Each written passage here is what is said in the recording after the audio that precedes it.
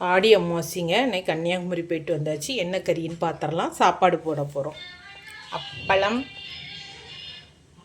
சம்பாரம், சாதம், அப்புறம் அவியல், கூட்டவியல், அப்புறம் சாம்பார்,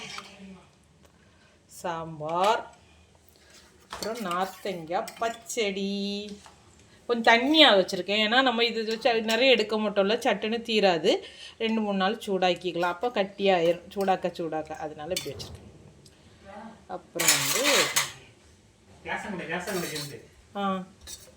பருப்பு,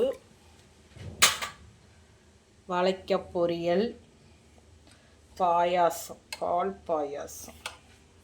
சரியா? பால் பாயாசம். இந்த சட்டி மட்டும் கொஞ்சம் கருத்துட்டுங்க, தப்பாக எடுத்துக்காதீங்க. இங்கே பாருங்கள், பூசணிக்காய் பச்சடி.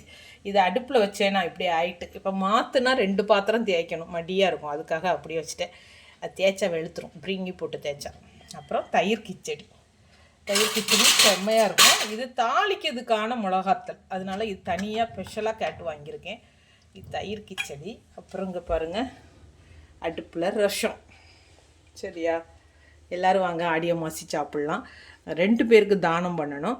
மீதி நம்ம வீட்டில் எல்லோரும் சாப்பிட்டுட்டு அப்புறம் 2 பேருக்கு சாப்பாடும் கொடுக்கணும். சரியா? இதுதான் Aadi Amavasai special. Okay, thank you.